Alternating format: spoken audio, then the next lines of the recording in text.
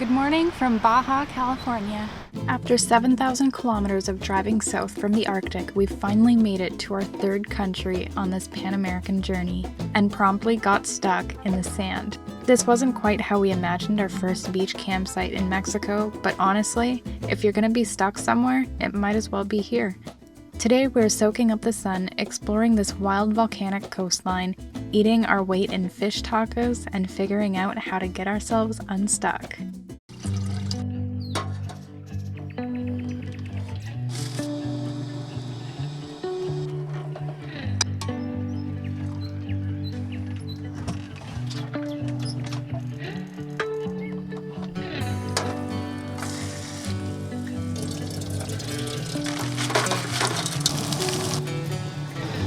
Poor guy went for a swim.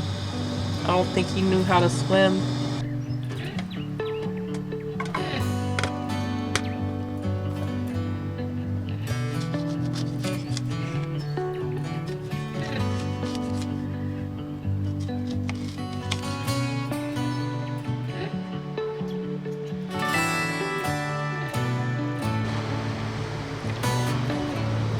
So we actually got to this campsite a few days ago and we've been stuck ever since. But instead of getting unstuck this morning, we are gonna go hike to that volcano.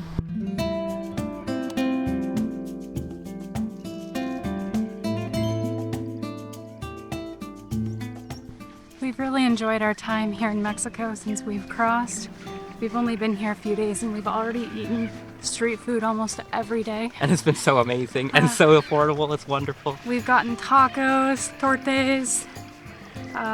What are those things I'm obsessed with? Tamales. Tamales. Hot tamales. Hot tamales. But we've been eating so much of the food here. That's been amazing. It's so good. The fresh fruit too, the oranges. And the street food is the best. It's super cheap and it's the best. And I had the most delicious orange of my life 2 days ago. Yeah. Oh, it was should have bought so more. good. We were already gone by the time we realized they were so good. It was amazing. We spent a few days just south of Ensenada. We checked out a market there. It's a really pretty campsite, right on like a cliff with a view of the ocean. And we started to kind of make our plans for while we're in Mexico. Like how much time we want to spend here. And, 6 months just doesn't feel enough. No. For such a big country. Like, I feel like we could spend a year here. Or 5. Yeah, or 5. But, of course we gotta keep going, but we may end up spending like a year here. We'll see. Every day we're gonna enjoy something about it, I'm sure, and it'll be fun exploring new places from the jungle to the desert like we're in now, to high elevation stuff, volcanoes. It's gonna be a lot of fun. I'm really excited. Very different from the Arctic, especially that we're switching it up. Most people come to Mexico in the winter, the Arctic in the summer. We somehow got mixed up backwards, and so we thought it was a good idea to go Arctic winter. I know exactly what that somehow is. Might have been me, but I neither confirm nor deny these nasty rumors. It's confirmed.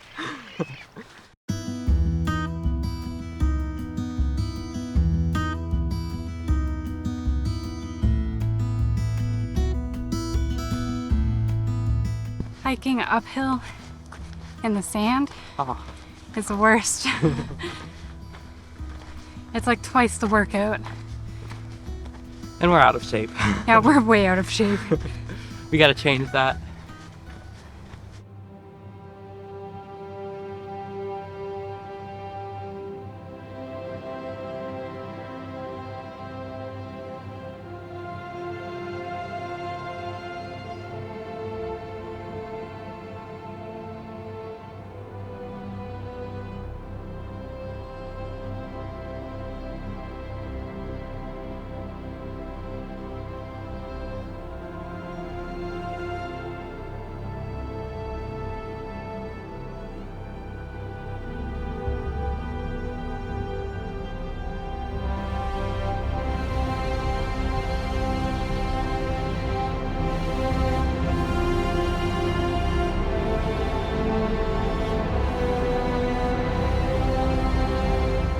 We made it to the top of our little volcano. It wasn't too hard.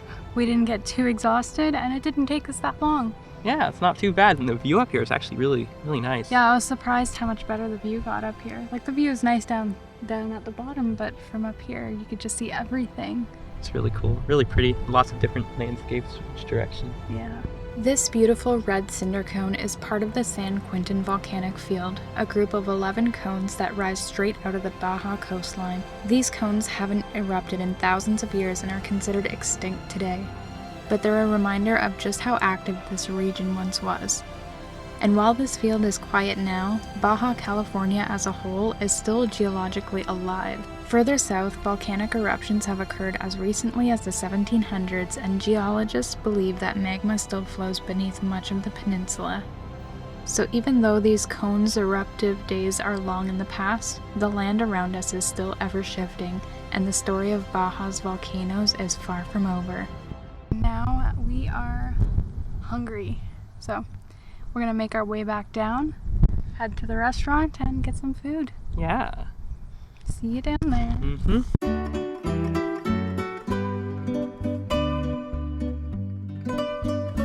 Made it back to the van, and now we have to walk all the way across the beach, over there, somewhere, to the restaurant. It's quite a little walk, but exercise is always good. And the beach is really pretty.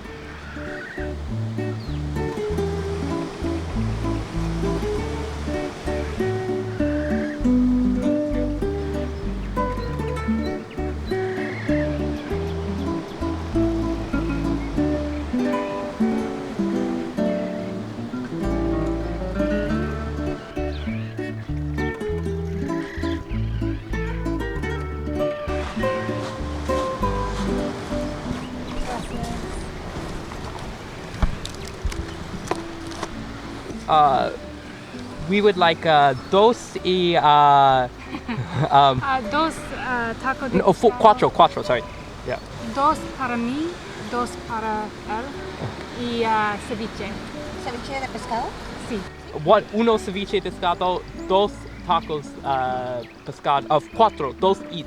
Dos y dos, and uno ceviche tostada de pescado. ¿De pescado? ¿Una Yeah. tostada de pescado? Yeah, sí. ¿Con algo de tomar? Say again? ¿O Oh, no, thank you. No, gracias. No gracias. con permiso? Gracias. So, I've taken 3 years of Spanish in high school, and so you would think I would be, decent amount of Spanish proficiency, but no, not at all. Krista hasn't taken any Spanish, and she's just been working a little bit more on the side, been a little bit more diligent about it, and she's already, as you can see, so much better than me. Without her, I would be hopelessly lost. I had posted on my Instagram story just before hiking up the volcano and asked my followers if we should try ceviche or clams. And ceviche won this time. So we'll try ceviche this time, and we'll probably try clams another time. Yeah, We're both a little scared to try clams, but I'm sure they'll be good. I've heard from a lot of people that they're really good. So I'm kind of excited to try them, but also a little bit scared. I've heard oysters are a little more potent. So clams first, I think. The rocks all on the floor here are blue and iridescent, like volcanic lava rocks, and they're really cool. And they're just all over the floor. Probably came from the volcano over there, but I like them. Avocado this time.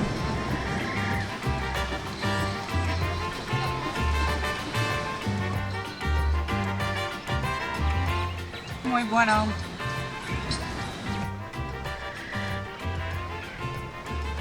We got our ceviche. It's really good. Really massive. It's like everywhere. It's all over me.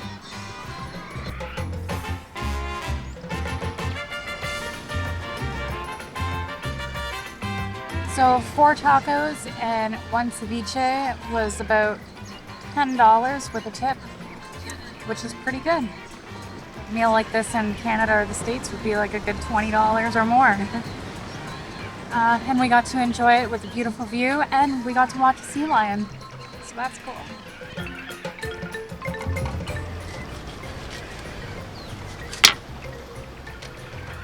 It's time for an orange charcuterie board.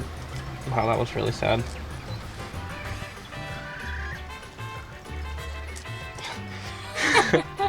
I don't know why I'm struggling. Like, I made one of these the other night and I only split one of them. We would go sit outside, but it's really windy and it's pretty chilly out.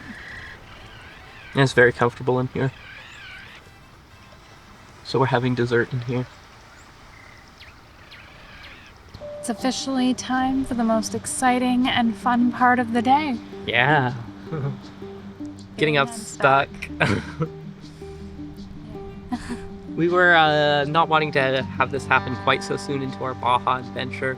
We knew there would be a point where sand would get the best of us, but on sand campsite number 1, it's a little demoralizing. But we have a shovel, we have some cardboard we can use for traction, we've got rocks and sticks around, and we got patience and time. So we're gonna work. We haven't decided if we're gonna go forward or backwards. We want to pull in. There's harder sand over kind of behind the van. We want to kind of pull in better for the night.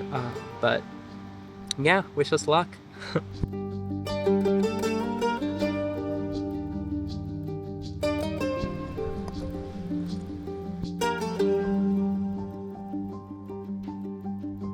So we're ready to start backing out? Yeah, we aired down the tires to 17 psi, dug big trenches and put some rocks in them on the softer side, put some cardboard under the tires that should help give us a little traction. In the future, we need to get some traction boards and air compressors, so we just air down first. But, you know, you live and learn. This was a little adventure, so we'll see what happens.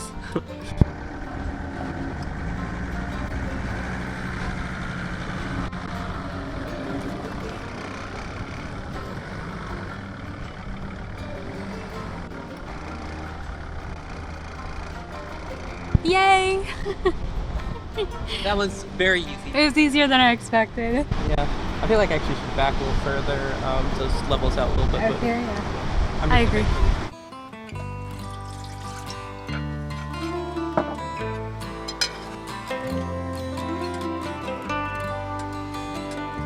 Oh, we got unstuck. Feels good to be unstuck. I know Definitely. We already talked about that, didn't we? Did we? I don't know. I don't remember. Anyways, we got unstuck and it was great. Didn't take us too long. And now we're actually gonna go outside and clean up some of the trash. We noticed that there's a lot of trash around like the beach and just our camping area. So we figure we can just pick it up quickly and Yeah. it'll make the site a lot nicer. It's a really nice site, but just with the amount of trash, it makes it a little less nice. So. It's pretty sad to see all the trash here. So we're gonna clean up a little bit.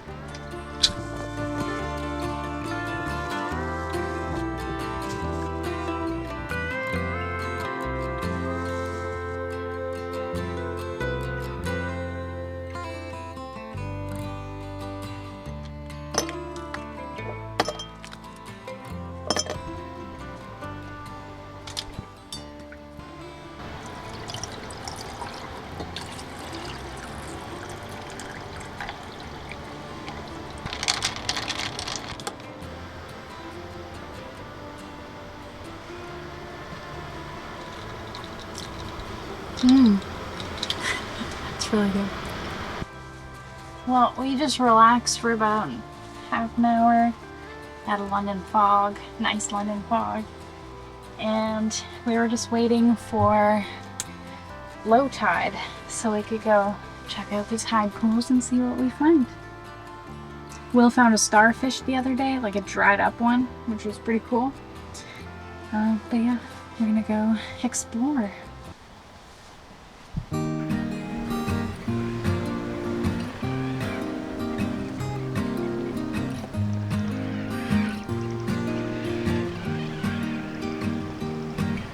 That's a little hermit crab. He's all hiding in his shell.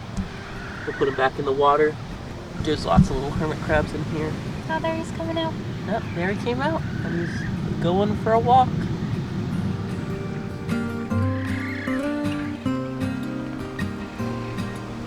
So these blue things down here, I've discovered, are called by the wind sailors. There's a ton of them washed up on the beach, and they're actually a close cousin to the jellyfish and the Portuguese man-o-war. Yeah, Portuguese man-o-war. Yeah.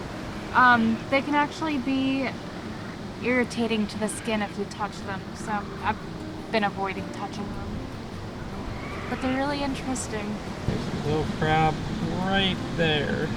Oh, there he moved. Is he gone, like hiding more? Oh no, he's actually more in the open, he's just in the shade. Oh, there he is.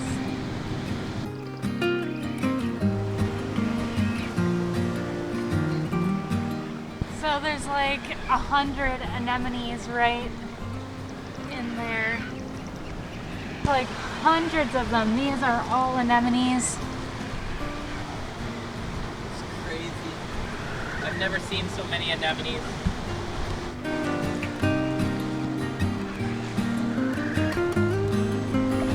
So when you touch them, they kind of like grab onto you. They kind of feel like sticky. There's literally thousands of them here. It makes me wonder if there's some sort of invasive species or something, because I've never seen so many.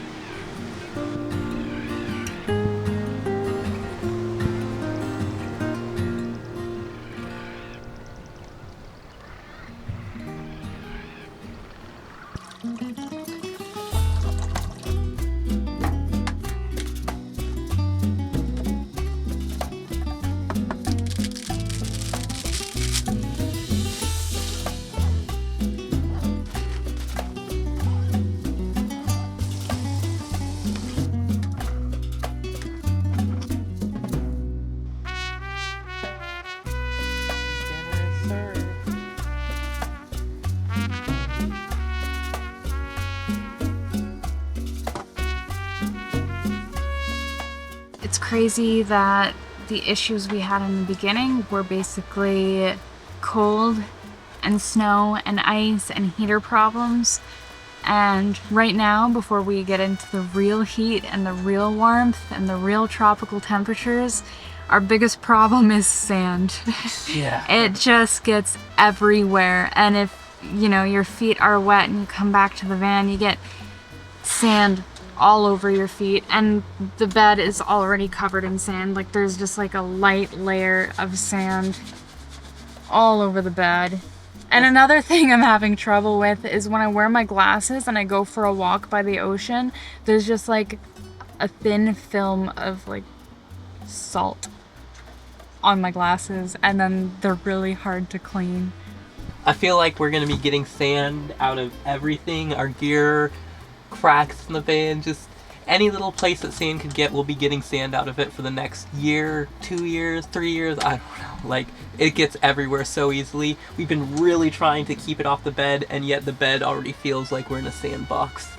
Considering we might have a whole year exploring Mexico, and then we have Costa Rica, Panama, Nicaragua, Belize, Guatemala, all those places, like add on another year to there and you got 2 whole years of sand. Oh yeah. So I think it's gonna be a lot longer than that. Yeah. And I'm sure there's gonna be beaches in Colombia, but once we get to like, well, I guess Chile would have a bunch of beaches too. I'm guessing we'll be on the inland side more though, so. Yeah, well, I'd like to go to some beaches in Chile too, but definitely the things that I want to see are more inland. But yeah, there will be sand in here, not for days, but for years.